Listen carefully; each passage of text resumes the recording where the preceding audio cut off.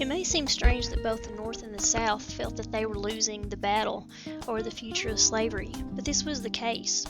First, let's look at the matter from the perspective of Northern states fearing the growth of the slave power. As we've already seen, the Compromise of 1850 had a couple very important provisions to please the South. First of all, there was the new fugitive slave law. Northern states, insisted that this was a violation of their states' rights. Ironically, we usually think about states' rights in association with the South, but here we see an example of the Northern states having their rights infringed upon by the fugitive slave law. There was also popular sovereignty in the Compromise of 1850. Technically, popular sovereignty is neither anti-slavery nor pro-slavery, but as it turned out, popular sovereignty opened up areas that had once been off limits to the expansion of slavery. Now it was possible, if the people were to decide, new territories could become slave states. In 1854, the Kansas-Nebraska Act applied the concept of popular sovereignty to two new territories, the Kansas and Nebraska territories. This, of course, overturned the old Missouri Compromise because these territories lay above the 3630 parallel. When these territories were open to popular sovereignty, what happened in Kansas tells a very important story. You can read about what became known as Bleeding Kansas. This wasn't a neat democratic process. Both the pro-slavery and anti-slavery forces were determined to get their way when Kansas wrote a state constitution and applied for statehood. There was corruption with illegal voters. There was also violence. One good example of that is with John Brown, who retaliated against a massacre of an anti-slavery town by massacring some pro-slavery supporters himself. There was also Bleeding Sumner, where Senator Sumner delivered a speech. When Preston Brooks of South Carolina overheard Sumner's anti-slavery speech, he afterwards beat Sumner nearly to death with his own cane. This, of course, was divisive, further dividing the North and the South. Sumner, of course, was seen as a martyr in the eyes of the North, although he wasn't killed in the attack, and Brooks was viewed by many Southerners as a hero himself. In each of these examples, the slave power appeared to be growing and threatening to take over the nation. The same was true of the Lecompton Constitution in 1857. Out of this civil war in Kansas over the future of slavery, there were actually two constitutions set forth. The Lecompton Constitution was a pro-slavery constitution sent to Congress for approval. President Buchanan didn't have a problem with it, but Congress, aware of the irregularities of the proceedings, insisted that it go back to the people, that believing that they had made a mockery of popular sovereignty. And then, also in 1857, was the Dred Scott case. When Dred Scott sued for his freedom after his then deceased master had taken him voluntarily to free territory, the Supreme Court ruled that Dred Scott had no right to sue in a federal court. He was not a citizen. He was property as a slave. This ruling seemed very threatening to the North. Remember, we're talking about the growth of the slave power. Northerners began to question what would be next. Once the Supreme Court had ruled that no supposedly free territory was really off limits to slavery, if a master could take a slave to free territory and the slave would still remain in slavery, what next? Would they say that free states as well could have slavery forced upon them? Would they next rule that a slave could be taken by his master to Massachusetts for years and still remain a slave? It appeared to the North that the slave power was circling around the country, that they already controlled the Southeast, they were taking over the Western territories, and soon would circle back around to the northern states as well. These fears led to the birth of the Republican Party in 1854. Concerns over the expansion of slavery into the territories and the seemingly unstoppable growth of the slave power. The issue was over the containment of slavery versus the expansion of slavery. Southerners wanted slavery not just to remain where it already was in the current slave states, but to expand into the Western territories. The Republicans were committed to containing slavery. They were not the party of abolition. Remember, at this time, abolitionists were certainly in the minority. But the Republican Party platform was about containing slavery, not allowing it to spread any farther into the Western territories.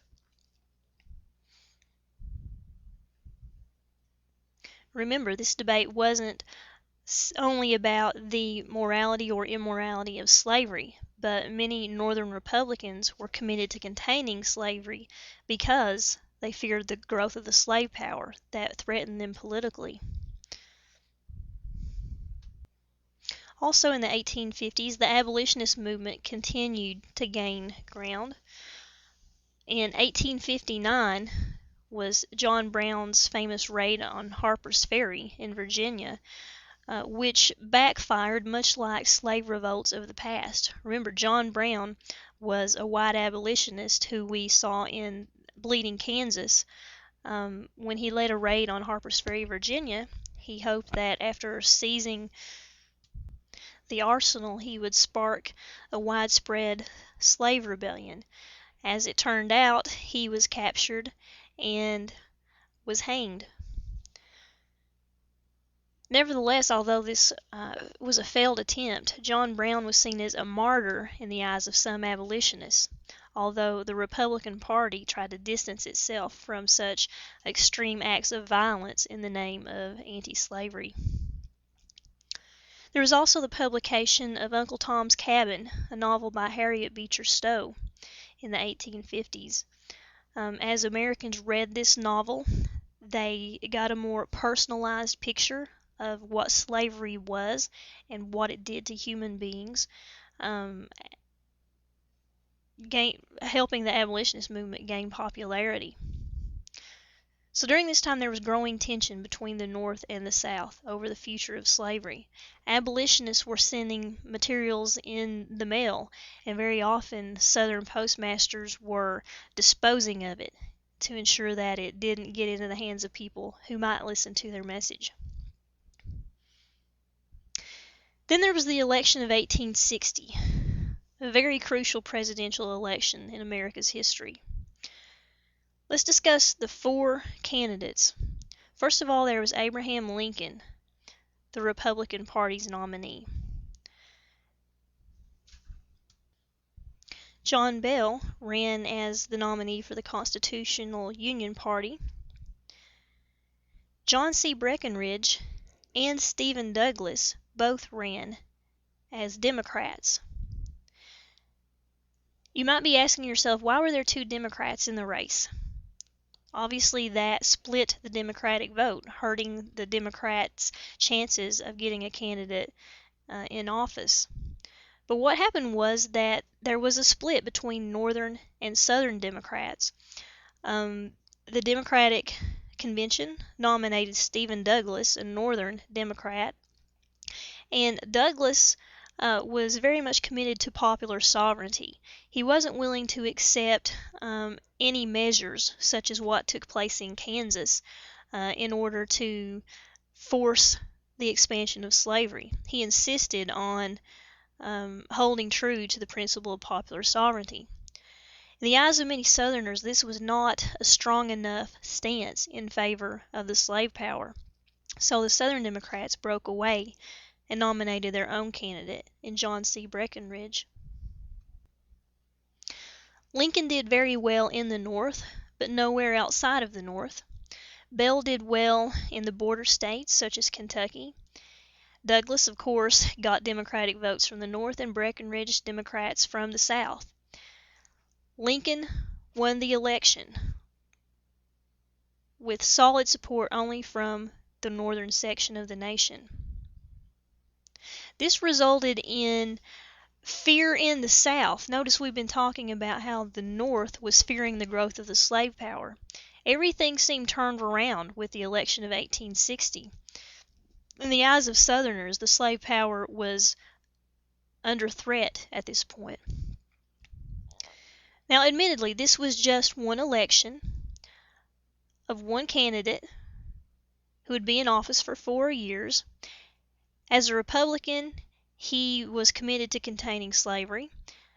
He could have been more radical. He could have been an abolitionist, which he was not. So why was the South so concerned about the future of the slave power? For one thing, even if the South had trusted Lincoln to stick with containment and never attempt to abolish slavery where it existed, this alone would be a threat to the slave power. Because we were, remember, manifest destiny, manifestly destined to expand into the West, Americans believed. There would be new states coming out of Western territories, and if slavery were contained, all of these new states would be free states. What would happen to the slave power? This would disrupt the balance of power between free and slave states, and the slave power would find itself outnumbered in Congress. Southerners thought through the long-term implications, and they realized that once the slave power was lost, who's to say that in years to come, a future Congress would not decide to abolish slavery?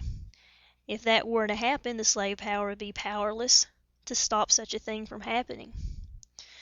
Another important implication was that one of the powers of the presidency is to appoint justices to the Supreme Court.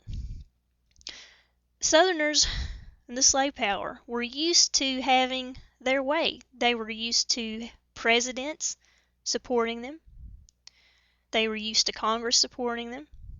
And they were used to having the Supreme Court on their side. Look at the Dred Scott case, for an example.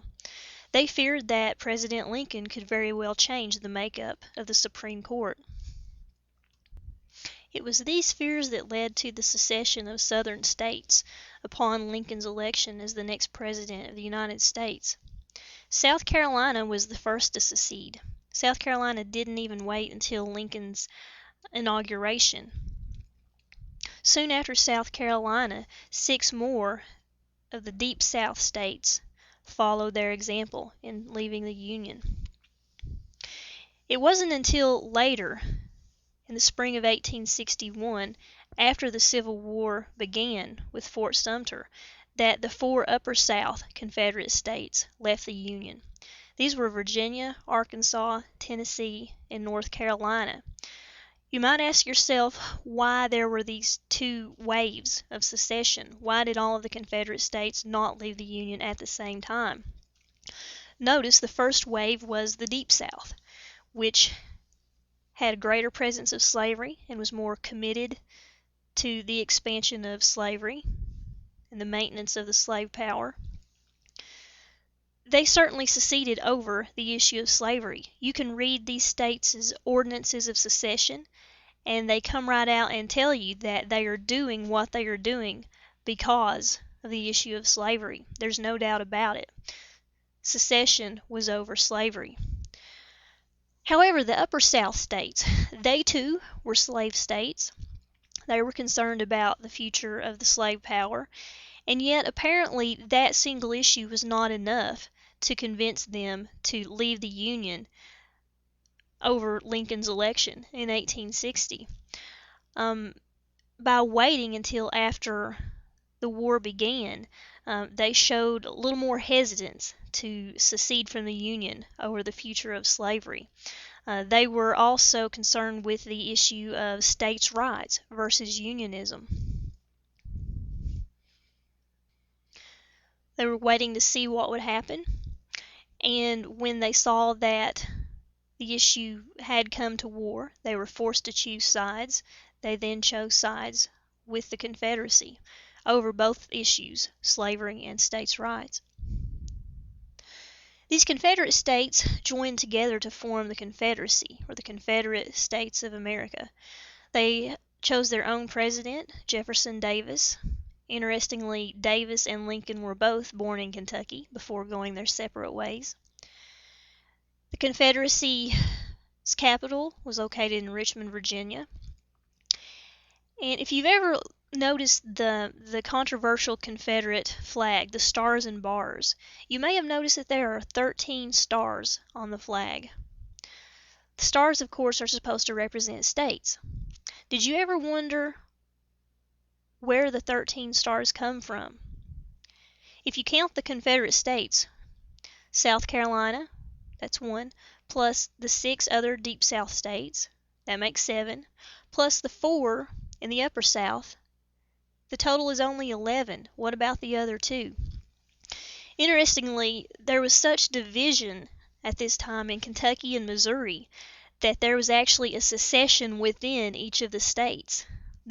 Officially, Kentucky remained loyal to the Union, but there was so much Confederate support, especially in western Kentucky, that there was actually a split and a new Confederate Kentucky government formed, which sent representatives to the Confederate government and got a star on the flag. This is a point to illustrate just how deeply divided the nation was. It wasn't just North versus South. It was often states versus states. Part of Kentucky against the other part of Kentucky. Brother against brother. Remember that Kentucky was both a slave state and a loyal Union state. It was a very complicated time, especially in the border regions. Notice that the South was experiencing division. Not only was the South divided in terms of the Upper South and the Lower South with varying degrees of commitment to slavery, but the South was also divided by color. There were white Southerners and there were the enslaved African American Southerners. This will be important later on when we see division playing a role in the outcome of the Civil War.